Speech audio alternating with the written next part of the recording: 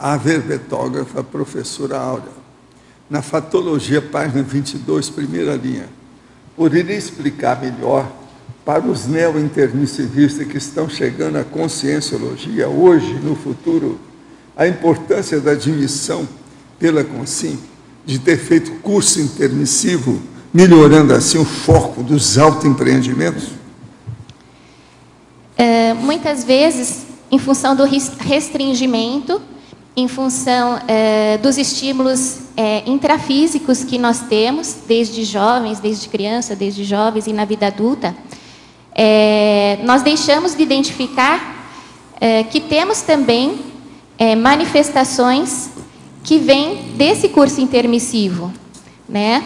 Quando nós passamos a acessar informações relacionadas à conscienciologia e entendemos que elas são factíveis, que elas são realidade, admitimos com tranquilidade, intimamente, essa realidade das ideias trazidas pela conscienciologia, nós passamos a ver que em algum momento a gente já acessou essas informações, e isso teria sido num curso anterior à Ressoma, antes de nascermos nessa dimensão, né? E justamente esses parâmetros de curso intermissivo, eles são mais avançados.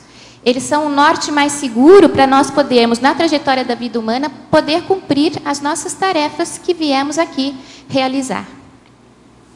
Na página 23, primeira linha da Fatologia, de que modo realizar a identificação das sutilezas interassistenciais? Justamente estando atentos, conectados com nossos amparadores, com os amparadores das consciências que conosco convivem, nós vamos, pouco a pouco, nos tornando mais conscientes, mais perceptivos para as possibilidades de assistência, né? Se fosse o caso de fazer já uma conexão, se o professor Valdo me permite, com o DAC, o Dicionário de Argumentos, esse aspecto que ele enfocou, da pessoa fazer ou não, né, essa dedicatória, eu considero uma sutileza interassistencial que ainda é despercebida para muitas pessoas. No entanto, ele, observando com acuidade essa realidade, ele então passa a ter isso como uma postura pró-evolutiva e interassistencial mais eficaz. Professor Valdo, aqui no ar, na sua frente, não aqui. Na minha frente. Como que o senhor vê essa questão da heterocrítica na questão do Balzac, onde que ele escreveu tantos livros e queria o tempo todo, a qualquer custo, a fama, né? E os livros... Todos os autores são assim. Uhum. Isso é regra, desde muito tempo. É coisa antiga, secular. E o que eu tenho que ver com isso? Nada. Não. Preciso ter testosterona. Uma coisa vocês vão ver, quando eu dessomar, ninguém vai poder falar que eu não tinha personalidade. Sim. O povo sabe que eu tenho. Eu sei do que eu gosto, eu sei do que eu quero. Por exemplo, vai ser um elogio para vocês, que eu gosto de vocês. O que você acha? O problema nosso é esclarecer as coisas na cara e não deixar para amanhã. Eu, como tenho retrocognição e lembro das vidas anteriores, os meus erros todos e dos meus amigos, do meu grupo evolutivo, que é a maioria de vocês, nós erramos sempre porque não falamos a verdade na cara. Por exemplo, esse verbete de hoje, eu vou acrescentar aqui, ó, aí na introdutório, eu vou pôr aí um Mega Pensene, que é o seguinte, é Mega Pensene, dado o manual de Mega Pensenes. Não existe meia sinceridade. Eu vou pôr aí. Está faltando isso aí. Não existe meia sinceridade. Eu vi isso e o João Paulo também viu no manual. Por isso que a gente vai pôr. Uhum. Nós vivíamos com muita meia sinceridade. É aquilo que eu chamo de meia mentira e meia verdade. Está tudo errado. Pois é, tudo meio. Agora, o processo nosso, por exemplo, a lei de Gerson, é isso, tirar vantagem em tudo.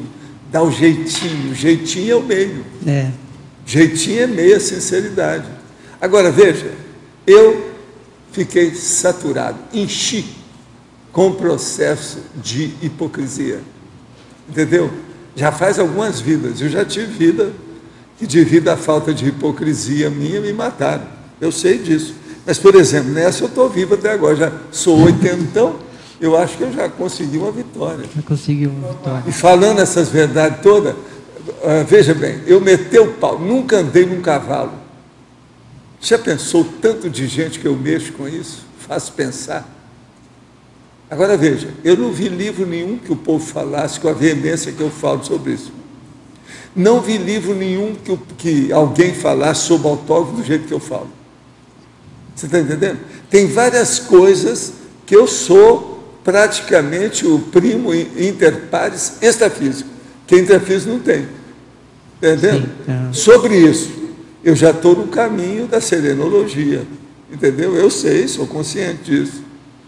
Então, o que a gente nota é o seguinte: quando você começa a chegar na diversidade, você começa a soltar fogo de tudo quanto é jeito, das ideias, de todo lado. Esse é o caminho da evoluciologia, semiconsciencialidade, evoluciologia, serenologia. Eu sou consciente disso. Agora, a coisa mais séria, se eu tivesse muito errado, eu não teria assistência que eu tenho. Se alguns de vocês reconhecem que eu tenho assistência, se é obrigado a reconhecer que eu não estou tão errado assim.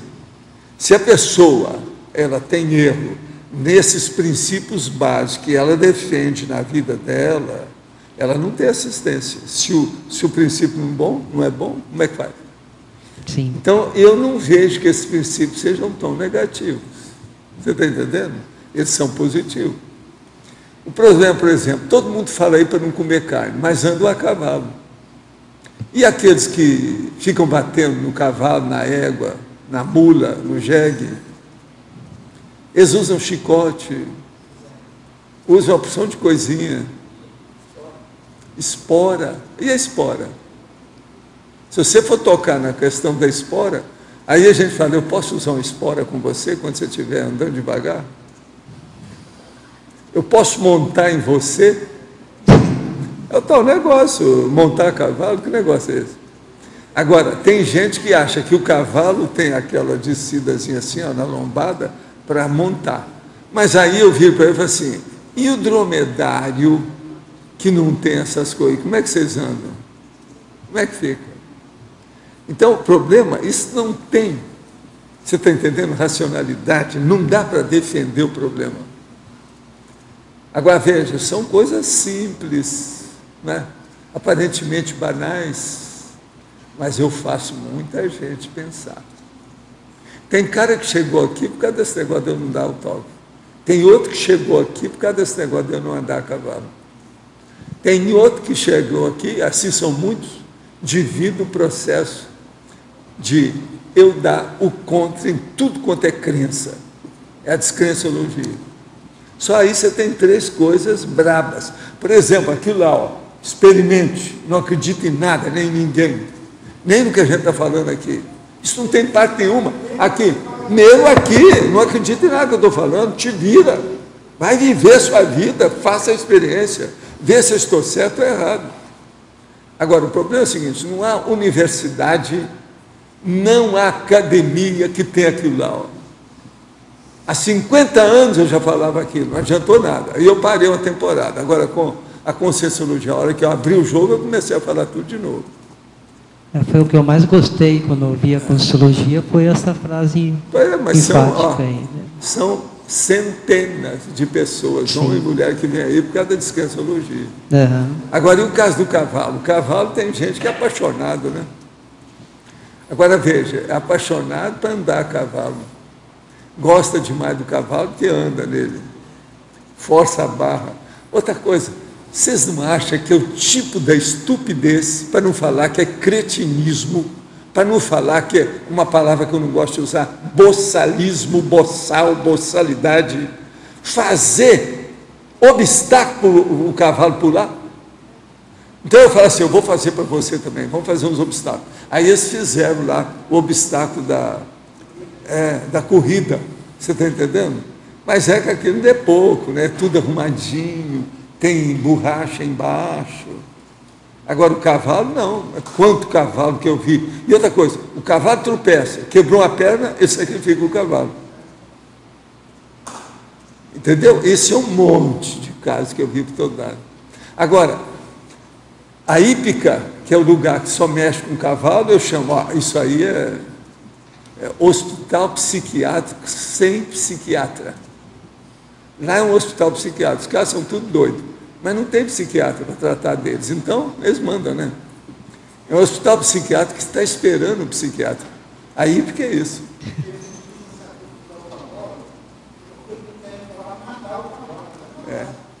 Matar, não, eles falam sacrificar. Mas esse negócio é o eufemismo, todo lado é assim. Por exemplo, eles não falam na guerra que mataram tanta gente, eles falam que houve tantas vítimas. E arranjam uma opção de coisa. Tudo é eufemismo, tudo é para tapear. Colocar água com açúcar. Chama edulcorar. Agora eu não, eu gosto de falar coisa clara. Nós temos que ser objetivos. Extrafisicamente, tudo é assim. Como é que essas pessoas que ficam fazendo edulcoração das coisas, tapeando, entendeu? Para inglês ver, como é que elas vão chegar numa comunex avançada depois de se desformar? Não vão. Não vão. Então a maioria, você está vendo aí, não adianta. Vai ficar tudo com a raiz ainda na baratosfera. Por isso que a gente tem que abrir o jogo aqui, aproveitar a vida para falar esse memorando com essas coisas todas. O auto-absolutismo, as pessoas não têm o absolutismo consigo mesmo. Elas não têm uma decisão para valer a seu respeito, a respeito próprio.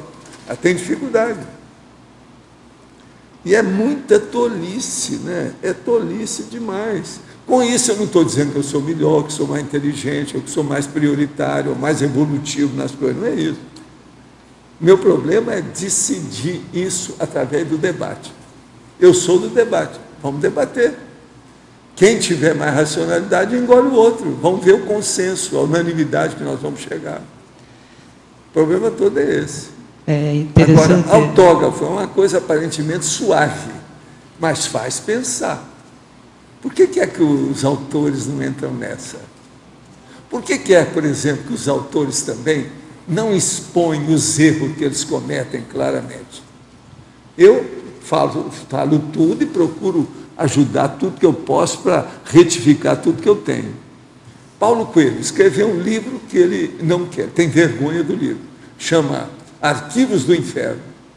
Jorge Amado, é um outro muito conhecido do Brasil, escreveu um livro, Paraíso Vermelho. Quer dizer, eles sumiram com essa edição desse livro. É a coisa mais rara que tem. O livro do Paulo Coelho tem lá embaixo, é só a pessoa ver. E eles renegam essas obras que eles publicaram. O Jorge Amado já dessomou, mas ele renegava. Assim, é um monte deles. Está entendendo? Eu acho isso tudo mais importante a gente ver. São os pecadilhos da mocidade. Os caras escreveram com muita afobação, muito entusiasmo sobre bobagem política, sobre processo de iniciação, besteira, excessos. Então, depois se arrepende. É a mesma coisa que aconteceu com Balzac também, que ele escreveu uma montoeira de coisas que não deu em nada, né?